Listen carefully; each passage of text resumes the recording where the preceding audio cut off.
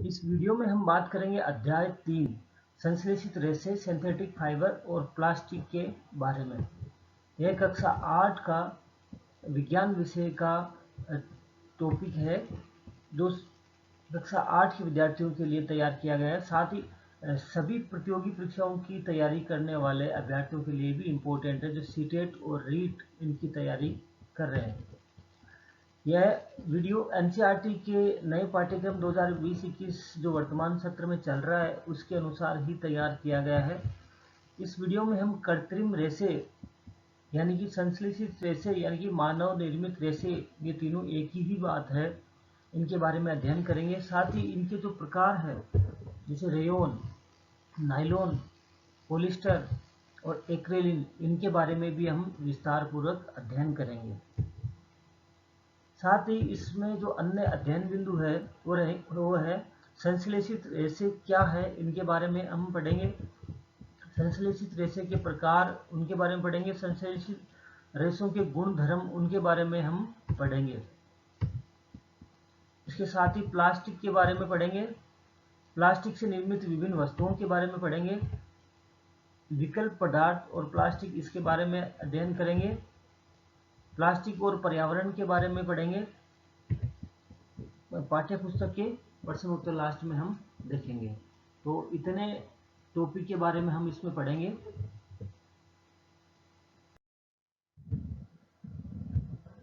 बात करते हैं फाइबर के प्रकार, रेशे। तो रेशे कितने प्रकार के होते हैं, एक बार अपन इसको शुरू से समझ लेते हैं। रेशे दो तरह के होते हैं, एक तो होता है नेचुरल रेशे, प्राकृतिक रेशे, और दूसरे तरह के होते हैं सिंथेटिक या कृत्रिम रेशे, संश्लेषित रेशे या मानव निर्मित रेशे, इनको बोल सकते हो।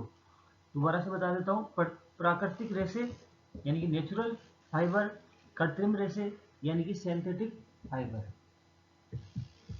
अब अपन बात करते हैं प्राकृतिक रेशों की। प्राकृतिक रेशे जो कि हमें प्रकृति से प्राप्त होते हैं, जिनको किसी भी मशीन द्वारा या मनुष्य द्वारा तैयार नहीं किया जाता, जैसे प्रकृति से प्राप्त जैसे कपास, ऊन, रेशम आदि पौधे अथवा जंतुओं से प्राप्त होते हैं।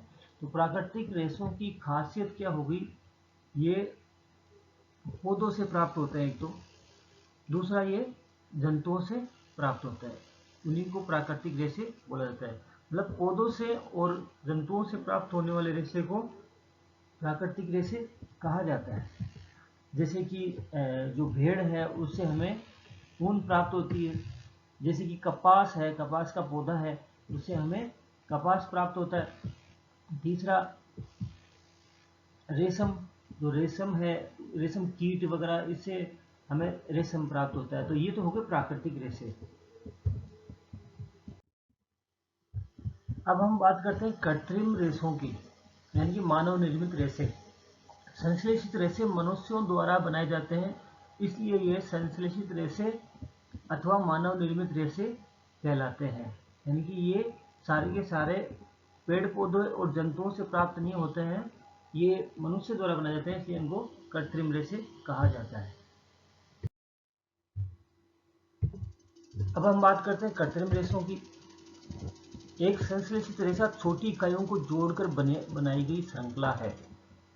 छोटी छोटी इकाइयां हैं, उनको जोड़कर एक चेन बना ली जाती है, तब प्रत्येक छोटी इकाई वास्तव में एक रासायनिक पदार्थ है। एक ही प्रकार की अनेक छोटी इकाइयां मिलकर एक बड़ी एकल इकाई बनाते हैं, जिसको बहुलक बोला जाता है।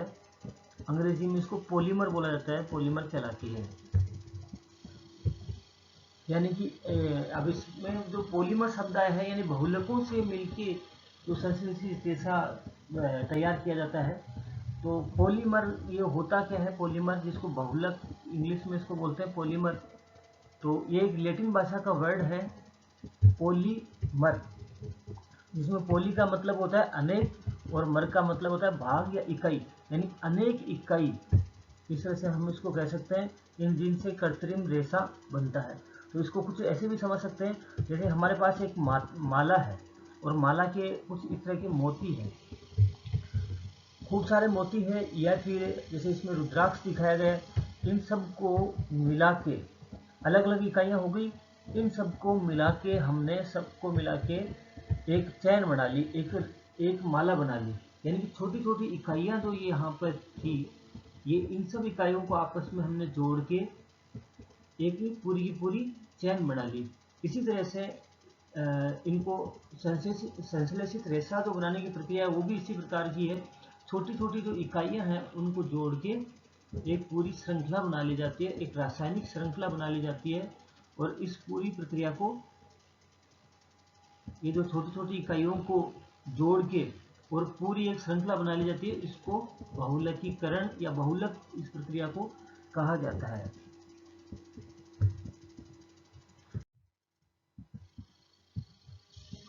अब हम इसमें बात करते हैं कि कृत्रिम रेशे यानी कि संश्लेषित रेशे, इनके प्रकारों के बारे में पढ़ लेते हैं थोड़ा सा अपन। इसका पहला प्रकार है रेयोन, दूसरा नायलॉन, तीसरा पॉलिस्टर, चौथा एक्रेलिन। दोबारा से पढ़ लेते हैं एक बार। रेयोन, नायलॉन, पॉलिस्टर और एक्रेलिन, ये चार इसके प्रकार है जिसके बारे में अपन पढ़ते हैं। अब बात करते हैं कृत्रिम रेशे रेयोन के बारे में। तो जो रेयोन जो है, यह रेशे कीट से प्राप्त किए जाते हैं। इस प्रकार के जो रेयोन जो रेशा है वो कीट से प्राप्त किया जाता है। इसकी खोज चीन में हुई थी। इसे बना हुआ कपड़ा बहुत महंगा होता है, यह बहुत मुलायम होता है। इसको हम कृत्रिम रेशम भी कहते हैं। यह प्राकृतिक स्रोत काष्ठ लुगदी से प्राप्त किया जाता है।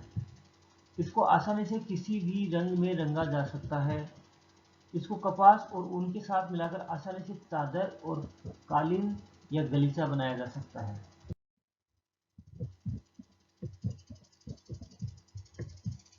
अब बात करते हैं रेयोन के एग्जाम्पल की। तो देखो, रेयोन से हम इस तरह की चटाइयाँ वगैरह या फिर इस तरह के सूट वगैरह, इस तरह की चीज़ें बनाई जाती है। ये काफ़ी अच्छा होता है।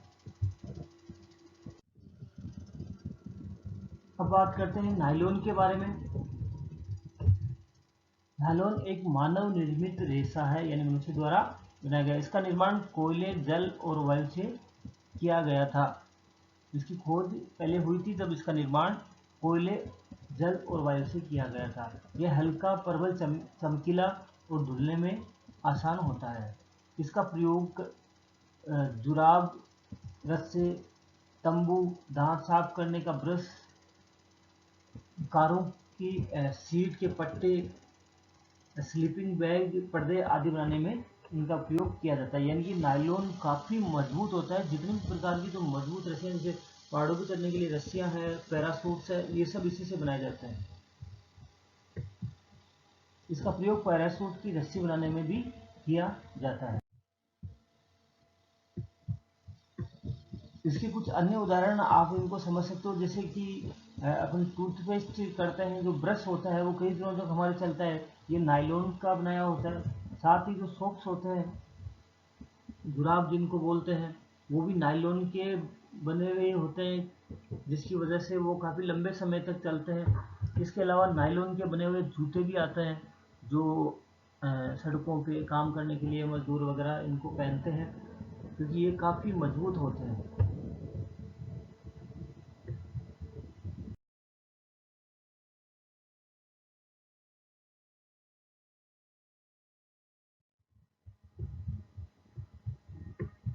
अब बात करते हैं नायलॉन के कुछ अन्य उदाहरण के बारे में।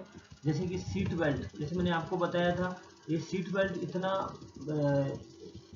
जब दुर्घटना होती है तो इसका रोल बहुत इम्पोर्टेंट होता है। इसलिए ये सीट बेल्ट है जो मजबूत होना ज़रूरी है। इसलिए गाड़ियों में जो सीट बेल्ट का प्रयोग किया जाता है वो नायलॉन का बना होता है। साथ ही जो रस्सियाँ हैं, जैसे ऊपर चढ़ने के लिए जहाँ भी मजबूत रस्सियों की ज़रूरत पड़ती है, वो रस्सियाँ लगभग नायलॉन की बनी होती है, क्योंकि इनसे क्या है कि खतरा कम रहता है कि कोई रिस्की काम कर रहे हैं, कहीं पहाड़ी से कूद रहे हैं या फिर पहाड़ी पर चढ़ाई कर रहे हैं, तो इसी रस्सी को बांध के चढ़ाई की जाती है, क्योंकि ये बहुत मजबूत है। साथ ही जो पर्दे हैं, खिड़कियों के पर्दे हैं, वो भी नायलॉन से बनाए जाते हैं। नायलॉन के अन्य उदाहरण की बात करें तो ये पैरासूट, जैसा मैंने आपको बताया था, सबसे अच्छा उदाहरण है पैरासूट। ये मजबूत होना चाहिए, नहीं तो आसमान से जब छलांग लगाई जाती है, इसको पहन के जब हवा में उड़ा जाता है तो ये टूटने का खतरा रहता है। इसलिए जो भी मजबूत चीज़ें हैं लगभग नायलॉन की बनाई जाती है, जैसे मैंने आपको बताया। अब हम बात करते हैं पॉलिस्टर और एक्रेलिन के बारे में। पॉलिस्टर और एक्रेलिन। पॉलिस्टर एक संश्लेषित रेशा है। इस रेशे से बने कपड़ों में आसानी से सलवटें नहीं पड़ती है। यह सपाट रहता है और सफलतापूर्वक धुल जाता है, अतः यह वस्त्र सामग्री हेतु पर्याप्त उपयोगी पदार्थ है। टेरिलीन एक लोकप्रिय पॉलिस्टर है। इसे बहुत महीन धागों रेशों में खींचा जा सकता है, जिन्हें फिर किसी भी अन्य तंतु समान बुना जा सकता है। पेट क्या है? पेट पीईटी पॉलीएथिलीन टरथेलेट एक बहुत सुपरिचित प्रकार का पॉलिस्टर है। इसका उपयोग बोतलें बनाने में, बर्तन बनाने में, फिल्म, तार व अन्य बहुत से उपयोगी उत्पादों के निर्माण में इसका उपयोग किया जाता है।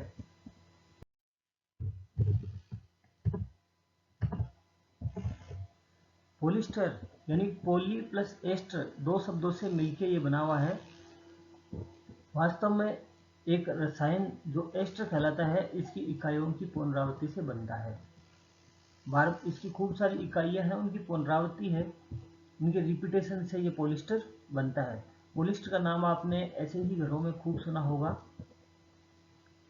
एस्टर, अब यहाँ पे आया था कि एस्टर कहलाता है, तो एस्टर क्या होता है? एस्टर वे रसायन जो फलों को उसकी गंध प्रदान करते हैं, फलों को उसकी जो सुगंध है, गंध है, उसको प्रदान करते हैं। निर्मित कपड़े पॉलीकोट, पॉलीवूल, टेरिकोट आदि नामों से बेचे जाते हैं। ये एस्टर से अलग अलग कपड़े बनते हैं, इनको अलग अलग नामों से बेचा जाता है। जैसा कि नाम सुनते हैं, ये कपड़े दो प्रकार के रेशों को मिलकर बनाए जाते हैं। जैसा कि नाम में इनको पता चल रहा है, पॉलीवूल यानी पॉलीवूल, जैसे यहाँ पे दिख रहा है पॉलीवूल, वूल यानी ऊन। तो ये किस तरह से बना, देखना। पहला है पॉलीकोट। ये पॉलीकोट है, ये पॉलिस्टर और कपास का मिश्रण है, इसलिए इसको बोला जाता है पॉलीकोट। दूसरा है पॉलीवूल। ये बहुत इंपॉर्टेंट है, क्वेश्चन पूछे जाते हैं परीक्षा में भी। पॉलीवूल, ये पॉलीवूल है वो पॉलिस्टर और ऊन से मिलकर बना जाता है, तो ये दो चीजों का मिश्रण हो गया। प्राकृतिक स्रोतों से प्राप्त ऊन काफी महंगी होती है, जबकि एक्रिलिन से बनी हुई वस्तुएं अपेक्षाकृत सस्ती होती है। तो इन दोनों का जो मिश्रण हो गया वो इस तरह से तैयार कर लिया जाता है।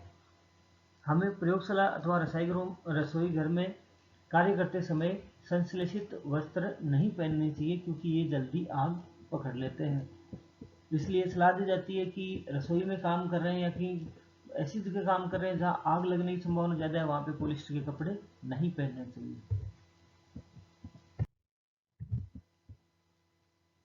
अब हम बात करते हैं संश्लेषित रेशों के गुणधर्म के बारे में।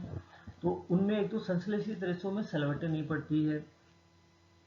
दूसरा, संश्लेषित रेशे धूप में अगर हम सुखाएंगे तो जल्दी सूख जाएंगे, कॉटन के या फिर ऊन के बने हुए कपड़ों की बजाय वो आसानी से सूख जाते हैं और इनमें सलवटें भी नहीं आती है। और जबकि कॉटन के जो कपड़े पहनते हैं उनमें सलवटें थोड़ी सी ज़्यादा आती है। अगला, सुगमता से इन्हें प्राप्त किया जा सकता है, थोड़े सस्ते भी होते हैं। कॉटन का कपड़ा थोड़ा महंगा आता है और संश्लेषित रेशों से बना हुआ कपड़ा थोड़े सस्ते आते हैं। इसके अलावा इनकी कीमत भी बहुत कम होती है, जैसे मैंने अभी आपको बताया। ये बहुत समय तक चलते हैं। इनकी बनावट कुछ इस तरह की होती है कि ये साधारण भाषा में कहें तो फटते नहीं है या खूब चलते हैं। इनकी संभाल भी बहुत आसान है, इनको धोना भी बड़ा आसान है। हल्का सा साबुन लगाया तो ये धुल जाते हैं। तो इस तरह के जो कपड़े जो संश्लेषित रेशे हैं, उनकी कुछ इस तरह की विशेषताएं होती है। अब हम बात करते हैं प्लास्टिक के बारे में। प्लास्टिक का प्रयोग हमारे दैनिक जीवन में प्रयोग होने वाली वस्तुओं को बनाने में किया जाता है। प्लास्टिक का नाम, शायद ही कोई ऐसा बच्चा हो जो प्लास्टिक के बारे में नहीं जानते हो। प्लास्टिक से बहुत सारी चीज़ें बनाई जाती है। प्लास्टिक की नहीं, इसको आप एक बहुलक यानी पॉलीमर भी कह सकते हो। ये बहुत सारी इकाइयों से मिलके एक अलग अलग यूनिट से बनता है श्रृंखला। इसकी व्यवस्था एक प्रकार की नहीं होती है, कुछ रेखिक तो कुछ त्रियकबद्ध होती है, जैसा आगे मैं आपको डायग्राम में बताऊंगा। इसको आसानी से किसी भी तरह का आकार दिया जा सकता है, किसी भी सांचे में इसको डाला जा सकता है। इसको आसानी से पुनः चक्रण किया जा सकता है। प्लास्टिक को आसानी से कहीं भी मोड़ा जा सकता है। ये इस तरह की संरचना है। जो ऊपर वाली ये संरचना है, ये प्लास्टिक की रैखिक संरचना है, और ये है क्रॉसबद्ध यानी तिर्यकबद्ध। ये जो है इस तरह की संरचनाएं भी इसकी होती है।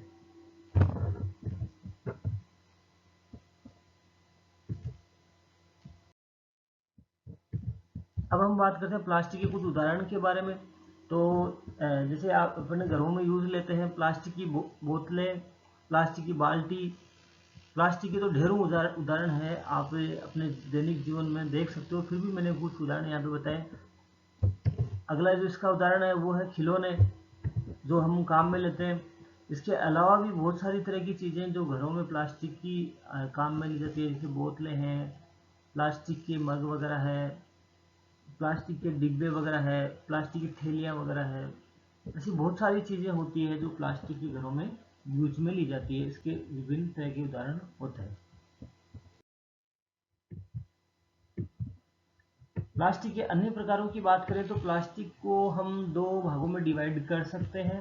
एक तो थर्मोसेटिंग प्लास्टिक और दूसरा है थर्मोप्लास्टिक। थर्मोसेटिंग प्लास्टिक और थर्मोप्लास्टिक। अब बात करते हैं थर्मोसेटिंग प्लास्टिक क्या होता है। तो थर्मोसेटिंग प्लास्टिक है इस तरह की प्लास्टिक जो आसानी से गर्म होकर आसानी से विकृत हो जाता है और सफलतापूर्वक मोड़ जाता है, उसे थर्मोप्लास्टिक कहते हैं। हम बात कर रहे हैं थर्मोप्लास्टिक की।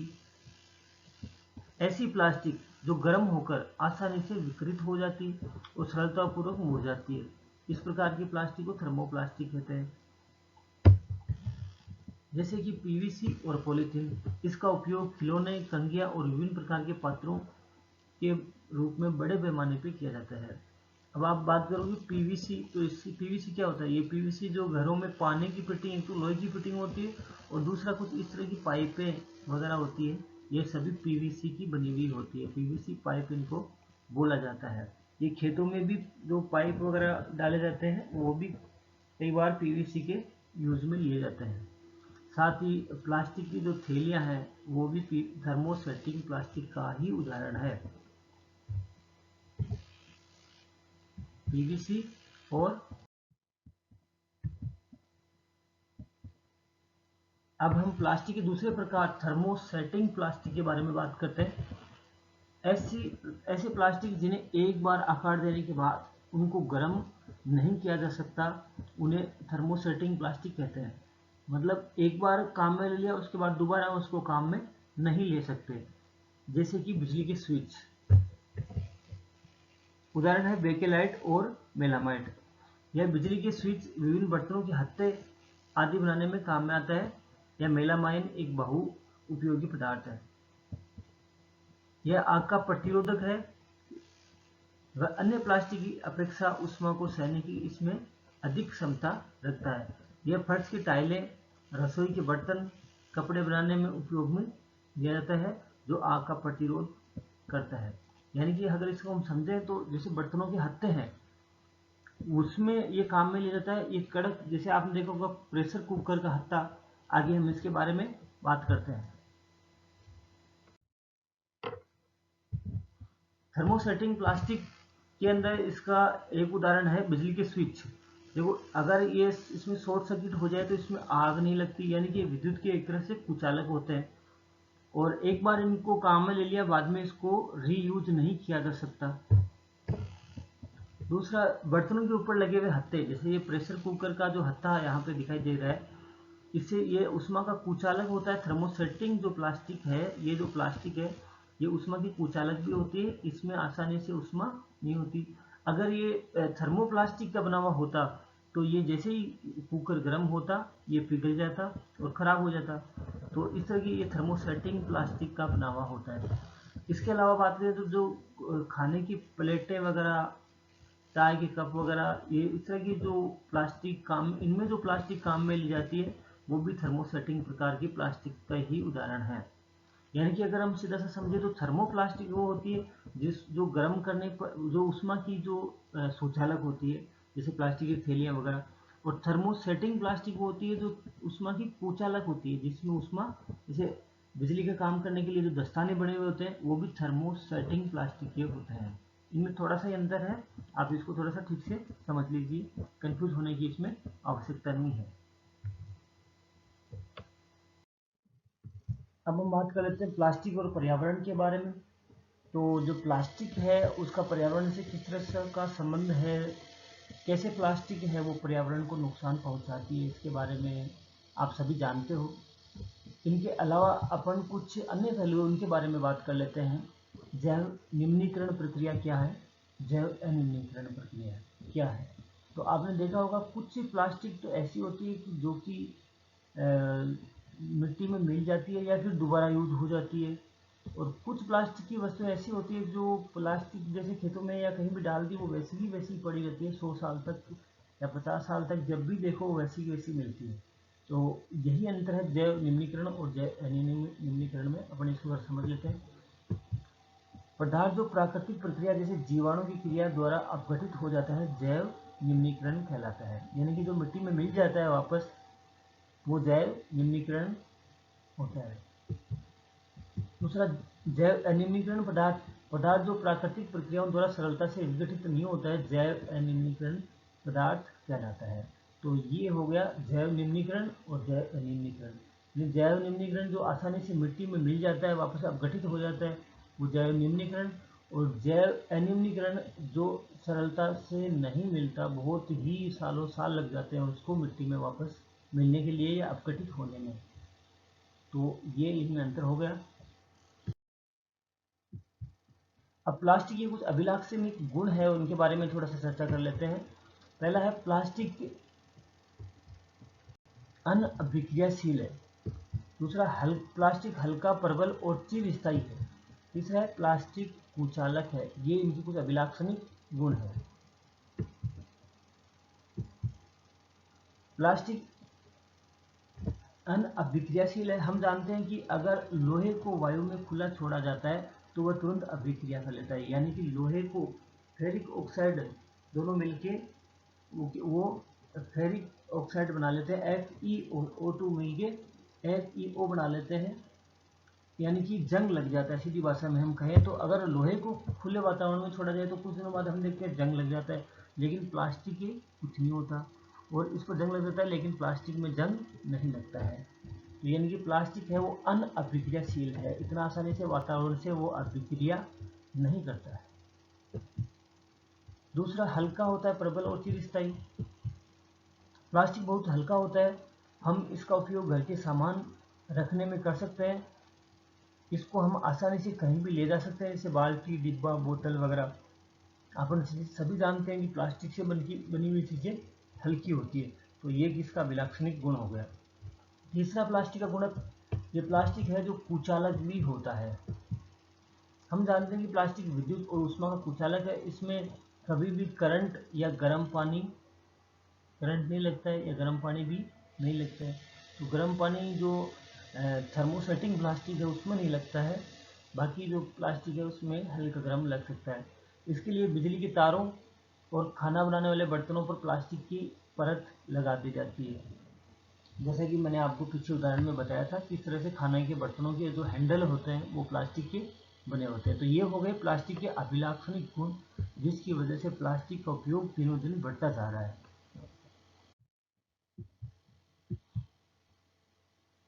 अब साथ ही इसमें एक टॉपिक अन्य भी आया है, 5R सिद्धांत। तो हम भी प्लास्टिक के जो मैंने आपको फायदे बताए, इनकी जो विशेषताएं बताई, तो वो तो हो गई इनके फायदे, लेकिन अतिरिक्त इसके यूज करने के कारण आज के समय प्लास्टिक से बहुत ज़्यादा नुकसान हो रहा है। इतना ज़्यादा हो रहा है जिसकी कल्पना भी हम नहीं कर सकते। वो प्लास्टिक जगह जगह पड़ा मिल जाता है, प्लास्टिक के कूड़े के ढेर जगह जगह मिले पड़े रहते हैं और वो नष्ट भी नहीं होते हैं। तो एक बहुत बड़ी समस्या हमारे मानव जीवन के लिए होती जा रही है। तो इसके लिए हमें एक जिम्मेदार नागरिक के रूप में प्लास्टिक से होने वाले दुष्प्रभाव को रोकने के लिए 5R सिद्धांत जो दिया गया है उसका हमें पालन करना चाहिए। तो अब हम बात कर लेते हैं 5R सिद्धांत है क्या, इसके बारे में। 5R यानी कि कुछ सर्कल है, उसके अनुसार हम इसको यूज करें। पहला, उपयोग कम करिए, जितना हो सके प्लास्टिक को उपयोग कम करिए। ये कई जगह बैन भी है, आप जानते हो, कई बार इस पर रोक लगती है, लेकिन इस पर रोक लंबे समय तक नहीं लगाई जा रही है, क्योंकि इससे प्लास्टिक की वस्तुएं सस्ती होती है और किसी न किसी रूप में वापस इसको यूज करना ही पड़ता है। तो एक हम इसका कर सकते हैं कि इसको कम से कम प्लास्टिक की चीज़ों को यूज किया जाए। जो कपड़े से बने थैले हैं उनका यूज किया जाए, कागज़ से बने हुए जो थैले हैं उनका यूज किया जाए। दूसरा, पुनः उपयोग करिए। कोई भी प्लास्टिक जो घरों में खराब हो गई उनको वापस रद्दी वाले को अपन बेच देते हैं, तो वापस वही उस चीज़ का कोई दूसरी चीज़ बना के काम में ले ली जाती है। तो प्लास्टिक नष्ट तो नहीं हो रही, लेकिन उसका कोई नया यूज हो जाता है, जिससे कि पर्यावरण को नुकसान कम पहुँचता है। तो हम कोई भी प्लास्टिक कहीं भी फेंकने की बजाय उसको अपन बेच सकते हैं, जिससे वो वापस दोबारा यूज में काम में ली जा सकती है। पिघाल कर उससे कोई नया आइटम बना लिया जाता है, खिलौना वगैरह कुछ भी। दूसरा, रिसाइकल करके यानी चक्रित करके, जैसे मैंने बताया आपको, हम अपन ने उसको बेच दिया और उसको पुनः तैयार करके वो दूसरा आइटम बना लिया जाता है। तो दूसरा आइटम बना के पुनः चक्रित करके भी हम उसको पर्यावरण से होने वाले नुकसान से बचा सकते हैं। 5R का चौथा सिद्धांत है रिकवर, पुनः प्राप्त करके। पुनः चक्रित हो गया, वापस से उसकी जो प्रोसेसिंग वगैरह होनी है, फिर अपने घरों में वापस यूज करने के लिए वही चीज़ आ जाती है। जैसे बाल्टी बन के आ गई, जैसे कोई भी खिलौने वगैरह बन के आ गए, या भी कोई भी प्लास्टिक आइटम बन के आ गया, तो वही प्लास्टिक जो अच्छी वाली प्लास्टिक है उसको रीयूज करके वापस अपन ने कुछ प्राप्त कर लिया। अगला, उपयोग ना करना, तो सबसे कम उपयोग करें, उपयोग ही नहीं करें। ये 5R सिद्धांत है। रिफ्यूज यानी इंग्लिश में अगर बोले तो reduce, reuse, recycle, recover, refuse, ये 5R सिद्धांत है। इसको थोड़ा सा आप देख लीजिए, परीक्षा के अंदर भी आता है। इसको बोलते हैं 5R सिद्धांत। प्लास्टिक का एक जिम्मेदार नागरिक के होने के नाते 5R सिद्धांत। तो इनको अपनाकर हम प्लास्टिक से होने वाले नुकसान को कम कर सकते हैं। तो ये तो था हमारा पूरा पाठ। अब इसके कुछ पाठ्य पुस्तक के जो प्रश्न हैं उनके बारे में हम चर्चा करेंगे, लेकिन ये वीडियो बहुत लंबा हो रहा है, तो अगले वीडियो में इनके बारे में हम चर्चा करेंगे। साथ ही जो इम्पोर्टेंट प्रश्न है इनके बारे में भी हम पूछेंगे। ये रेयन एक संश्लेषित रेशा है या नहीं है, कैसा है, किस प्रकार का है। इसके जो प्रश्नों के जो आंसर है आप कोशिश कीजिए आंसर देने की, नहीं तो हम अगले वीडियो में फिर से बात करेंगे इसके आंसर के बारे में। इनके जो अन्य सभी छूट गए आंसर, जो पाठ्य पुस्तक के प्रश्न हैं उनके बारे में आप हमें कमेंट्स करके ज़रूर बताइए आपको ये हमारा वीडियो कैसा लगा, ताकि हम अगला वीडियो जल्द ही आपके लिए लेकर आएँ। और इस वीडियो को ज़्यादा से ज़्यादा शेयर करें और कमेंट्स में हमें बताएं इस वीडियो में कहाँ आपको कमी लगी और किस तरह का सुधार आप इसमें चाहते हैं।